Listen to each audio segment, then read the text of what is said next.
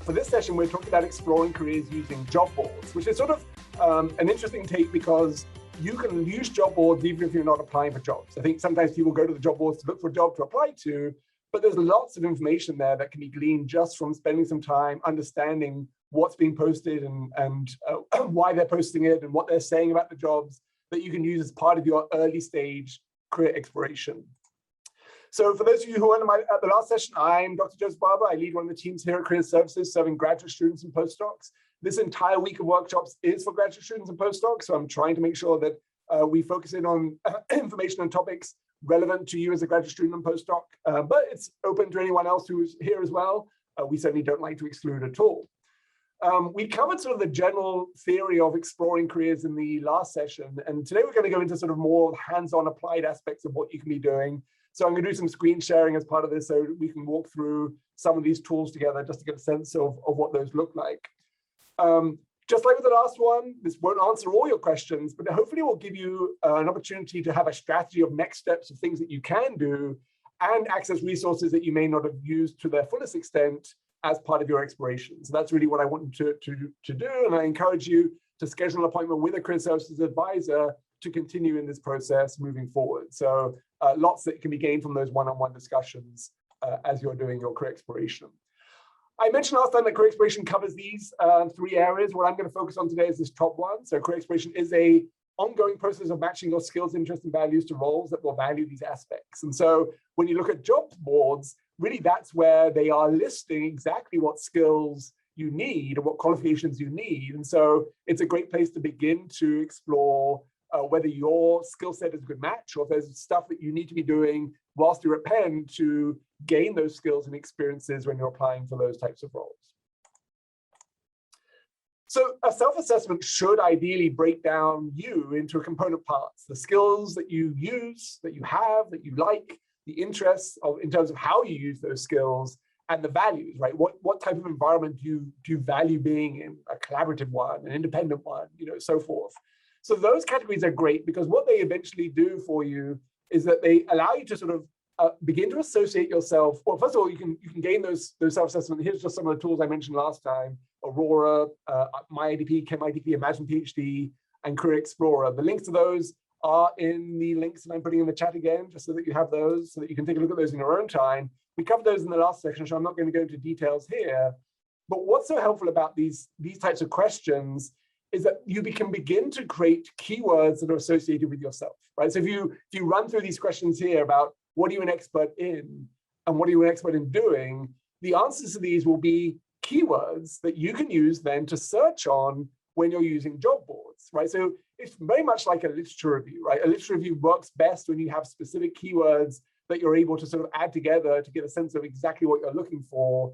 If you just say, well, I'm looking for a job that values a master's degree, there are so many degrees so many opportunities out there that's not going to be helpful. That's the 10,000 papers that come back from a literature review that you don't want to read. So the keywords that you can pull from these types of self-assessment and reflections are so critical to give you something tangible to be able to search on. So again, I encourage you to look at these types of questions and answer them for yourself or with a partner or a buddy or a group so that you have keywords that you can leverage. And then what you should be able to do with that is create a sort of a running list of these terms that you can then say, well, I wonder where I can do this, or I wonder who values that, right? So your personal attributes, the things that you do well, like creativity or being a strong organizer, those are great keywords. Now they're broad keywords, but they're great keywords to sort of have an eye on. And then your technical skills and knowledge, those are fantastic keywords because they sometimes can be very specific, and you can look for that. So I have a PhD in animal behavior. I studied chickens. Chickens is a very specific keyword, probably not one that's going to give me a lot of responses when I look at job boards, but it's worth a try, right? Because it's something that's going to be unique to the information that I have and the experience that I have, and something that I can be, and I can ask myself, who values knowledge of chickens in the world? And of course, there will be some people.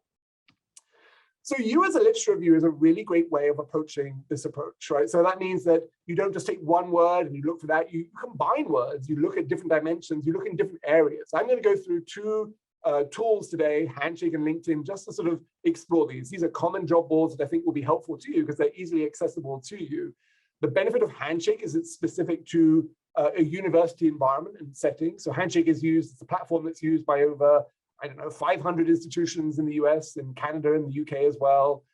Employers post jobs on Handshake because they are looking for students, they're looking for people with strong academic backgrounds. And so it's a much smaller pool for them to explore when an employer posts a job on Handshake than when it posts a job on LinkedIn. So there's a value in looking at Handshake and LinkedIn and any other job board that you want, just to see what opportunities are out there to explore. So this is the question that you're sort of asking yourself as you're doing this. Who wants my skills, knowledge, or experience, right? And once you know what those things are, then you can begin to operationalize that as part of this process. So what I'm going to do now is I'm going to jump over and we'll look at Handshake, and we'll just go through a couple of approaches that I use when thinking about career exploration on Handshake. So let me switch over here to Handshake, right? So this, you all have activated your Handshake accounts in order to get to this session. So that's a great thing. There are still things that you can probably add to your profile, and we'll talk about that in different parts of this job search workshop week. But for today, I'm going to go to the jobs page on Handshake, so right up here on the top. The one downside to the way that Handshake does jobs is it doesn't actually allow you to filter by graduate degree, right? So you can't say, what are the jobs that just need a PhD or a master's student? I don't think that's a great approach, because I think that's sometimes helpful. They may have their own reasons to try to democratize access to these types of opportunities. It's not an impediment, though, so there are other things that you can do with that. But let's say that, as a researcher, you do ethnographic research and you get involved, you like sort of focus groups, or you're doing sort of behavioral sciences and you like focus groups. So let's do a search for that as a keyword, right? And see what pops up as we do that. So focus group is my keyword. That's the skill I'm interested in. There's about, let's see here, plenty of jobs here that we can look at, about 2.8 thousand jobs that we can explore here. This first one we might as well take a look at: strategy consultant, entry level, industry focus on advertising, marketing, data, technology, commerce. Maybe the focus group aspect came from this word focus here, but if we look through the job description, we might see other things that they're doing. Requires communication skills, presentation skills, primary and secondary research, data aggregation. So they may be doing actual focus groups as part of this experience as well. To a certain extent, this is a consulting role, so it's it's interesting to see what types of experience that they're looking for. Your job here is to begin to extract some of those keywords from this role and say, well, I wonder if these are skills that I have, or do I know what these skills are? As we go down on the Handshake profile, the great thing about this is that it sort of crowdsources other roles that might be out there that are similar to that. So if you find one role that uses skills that you're interested in, make sure that you're using, taking the opportunity to peer in at these other roles as well, because that will help you expand your horizons moving forward. I can also look at the Winterberry group profile. So this is the employer page on Handshake that the organization has. And what that allows me to do is to get a little bit more information about them. I can see the other jobs that they've posted, which could be helpful. They actually have a public staff person here. So I click on Chloe's name. There's an opportunity for me to send a message to them to ask questions. Now, I think Handshake is being optimistic that Chloe wants to answer everyone's questions, but it's never a bad opportunity to find out by messaging. But I wouldn't do that first, right? You do your research about the organization first, and then you try to ask really smart questions moving forward. Students who've worked here, right? This comes from a broader pool from the Handshake system, right? So none of these are Penn students, University of Delaware and Cornell, but potentially there's nothing stopping you from engaging with students from other institutions who might have knowledge of an organization that you're interested in, right? So the sort of the expression fortune favors the bold. If you're willing to sort of be proactive and put yourself out there, you might find that some of these conversations are helpful as you're beginning to figure out what they know about those experiences, whether they were an intern there or have just started in a full-time role there. You can actually look to see what they were doing, right? So we can take a look at Joshua's profile and find out that, right, so he's currently there, but has had 2 roles there. And so would have a great insight into the nature of that role and the nature of the organization moving forward. So the other aspect that Handshake provides in terms of information are reviews and sort of what the interview was like when working with these organizations. Now, this is not a large organization, so there's not necessarily a lot of information that's out there, but this is where you go to do that. And we'll try another search and we'll see if we can see what people are looking at in terms of, or what they say in terms of those reviews that might be helpful for you. So let's go back to the jobs and let's try for the PhDs in the audience just to put in, the keyword PhD, right? So perfectly good keyword. We'll see what's out there. So we have lots of scientists, PhDs, and things like that. We can also filter here by industry, and you'll have to explore the industries in your own ways to figure out what might be a good fit for you. A sort of a fairly broad one, let's say, is a nonprofit industry. So we'll do a search from that, and we'll show the results. So we have 27 results here for the keyword PhD in the nonprofit industry. So we'll scroll down here. What have we got? Director of Operations, postdoctoral researcher, bilingual therapist, Center for Professional Responsibility. So lots of different roles that might sort of jump out for you. Research Fellow, the Center for Democracy and Technology, right? So this is an interesting one here. Again, you can see general information about this. You can look at the general role and the responsibilities. The responsibilities are things that you will be doing. So you don't necessarily have to have done those before. But obviously, the more that you can align what you're doing at Penn with those responsibilities, the easier it will be for you to make an argument that you have a good fit for those roles, right? So you really want to be pulling out some of the keywords there and saying to yourself, do I know what that is? Do I have an opportunity to do that?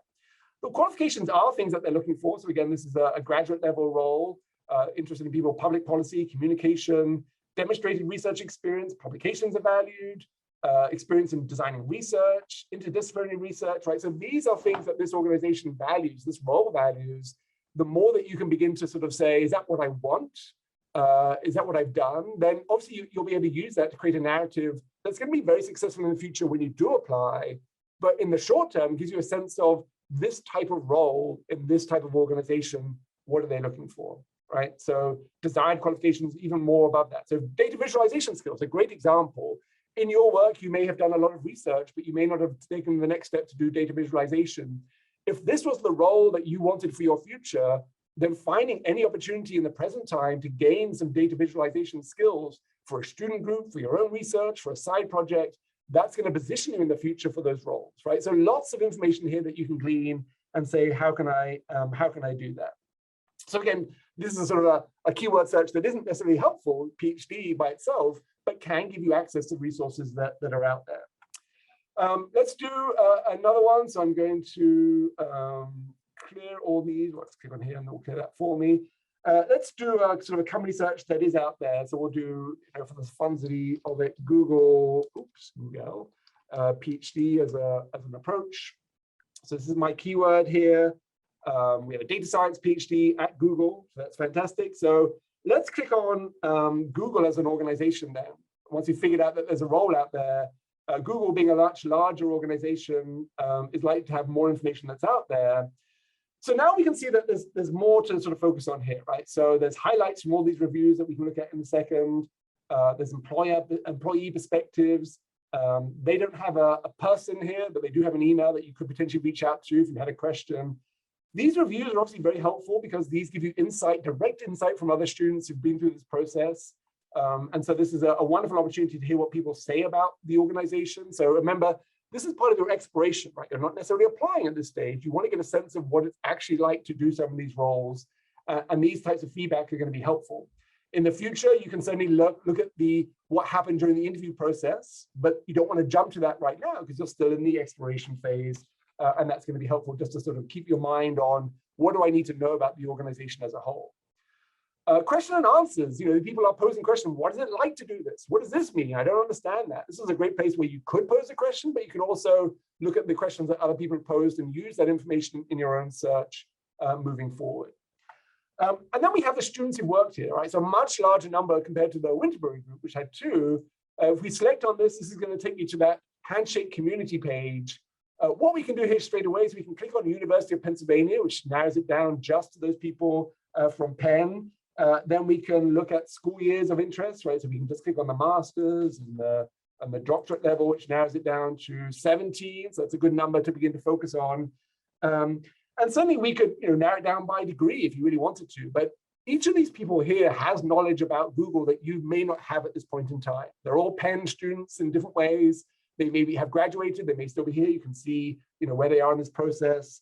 And if we look through this, and find someone of interest, then we can click on their profile and see what it's about. So Stephanie, doing a PhD in philosophy, was at Google before their PhD started, right? So this is a person who no longer works there, who might be happy to share the the true nature of their experience there that might be very helpful to you.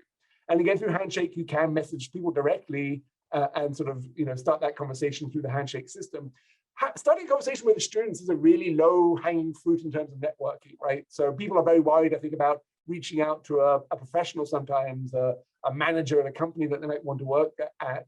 But a student who's had an internship experience or has had a previous role in these organizations is likely to be more than happy to chat with you, a fellow student, and it should be easy enough to do that. So a really great resource to play around with from that perspective.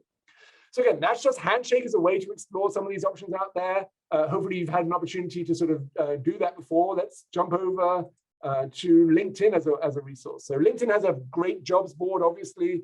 Most companies are posting on LinkedIn now for most positions, or even faculty positions on LinkedIn. So you can certainly explore those types of aspects. You can set up job search profiles on both Handshake and LinkedIn, so alerts that alert you when companies have posted jobs or certain types of job titles. That's obviously a great thing to do to sort of just keep you informed about the nature of positions that are out there. Again, not because you're applying, because you may be many years from applying, or you may be applying next year, but as a way just to get a sense of what skills and information is valued there. So for this job one, let's try there we go, writer humanities, right? Let's see what pops up here from this perspective, right? So this is looking for writing as a skill, humanities as a genre of skills, and we can sort of scroll down through these different areas here and see the different organizations that might jump out. The content editor at Great Minds. Take a look at this one. So certainly, again, you can look through the job description, you can learn about the company, you can look at the responsibilities. Those are the things that you will be doing, so you need to understand what those are. If those are the responsibilities that you would enjoy doing, then this probably would be a good fit for you.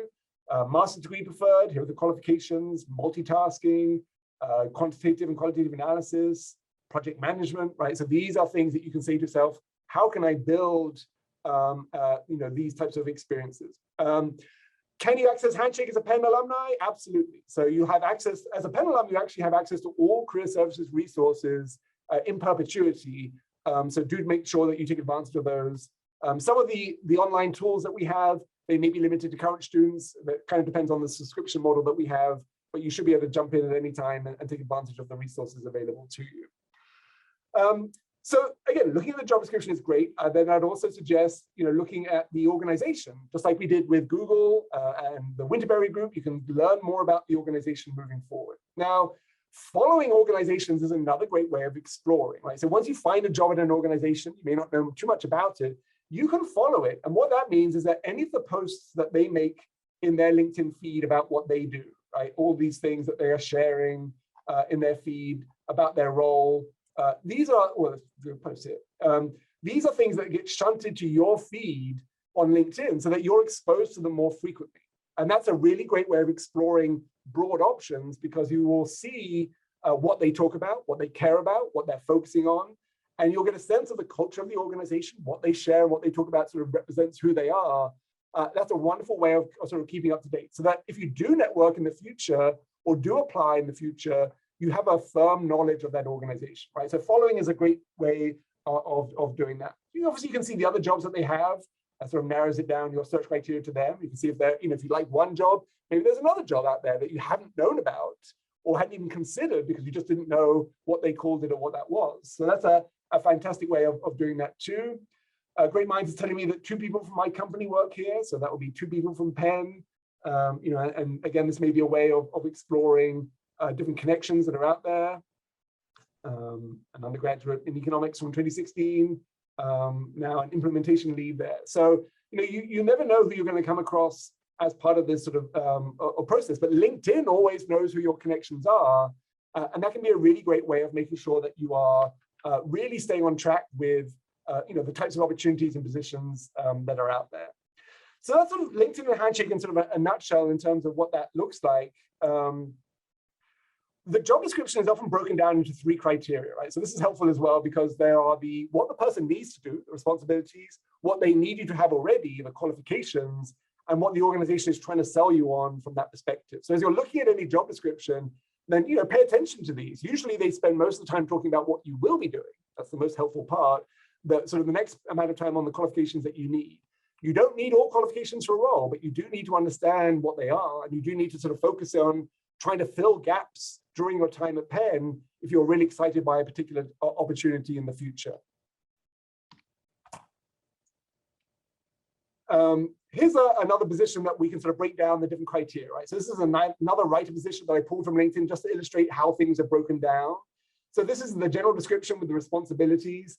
These are the types of keywords that I pulled from that, that job description, right? So these are things that are going to be important to them and things that you might consider whether they are important to you in terms of things that you'd like to be doing or things that you can gain more skills on, right? So this was a very specific one. Working with animators is what they, you will be doing, but certainly you don't need to have done that before. It's unlikely you would have done that in any criteria moving before. So those are the roles and responsibilities that you will be doing.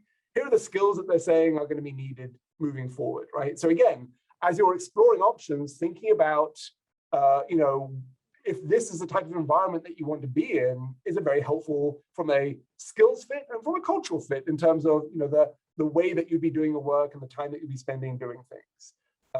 So they're very much interested in someone who's curious and excited. I think the intellectually voracious and the communicator love of learning by joyful prose, even the language that they're using in the job description can sort of give you a sense of the nature of that organization. And when they talk about themselves, our team is made up of educators, data scientists, authors, engineers, artists, bakers, film buffs, cyclists, and so on. They're illustrating again the nature of that organization, how they see themselves. And good career exploration allows you to be able to tell the difference between different types of employers in different fields, right? So it's a very important part to look not just at the skills and responsibilities, but also the way the organization frames themselves. In the last session, I talked about having a spreadsheet where you might capture some of the information that you're gaining from these types of job search. It's really important to do this when you're using job boards too, right? So the skills that you're seeing listed, you can put into one of these cells in your Excel spreadsheet so that you have an idea what to focus on in the future when you're putting together your application materials. You have an idea what to ask people about in terms of networking to see what that looks like from their particular perspective. You have an idea about what you can be setting yourself as a challenge to learn more about during your time at Penn, right? This spreadsheet is really going to help you fill in the gaps over time so that you are coming at this from a very strategic and thoughtful way. Most employers are looking for these broad skills, right? These are the transferable skills that we always talk about. So there's nothing surprising here. Any job that you apply to will probably list these at some point. But you'll also find that different fields have different flavors of skills and experiences. So as you begin to explore an industry, you'll see how different companies within that industry differ. You'll see the language that they use differs from other industries. This is really important too. Gaining that knowledge of the language and you'll be able to apply that in your own personal and professional growth and your own application materials in the future is really important, right? So every field will have distinct keywords. I'm just going to go, this is just illustrations of the types of things that are out there. You kind of need to know what these things mean, right? So part of your exploration is saying, well, I don't know what it really means to do X. What is a client team? How do I work with a client team? What does that look like? That becomes then part of your networking outreach as you are sort of engaging with people as part of the networking stage of career exploration. And these are just examples. Again, I just pulled from job descriptions of things that make no sense outside of that field. Matrix support and matrix templates and cross-functional team environments. You don't need to know them at the beginning, but over time through your exploration, your goal would be to figure out what all these things mean so that when you do apply in the future, if you choose to apply for these types of roles in this type of industry, you'll be well versed in articulating how your experience actually matches these skill sets. And who knows what this last one's talking about. It's all total gibberish to me. But part of your goal, if you're interested in whatever role that is, would be to make sure you understood that.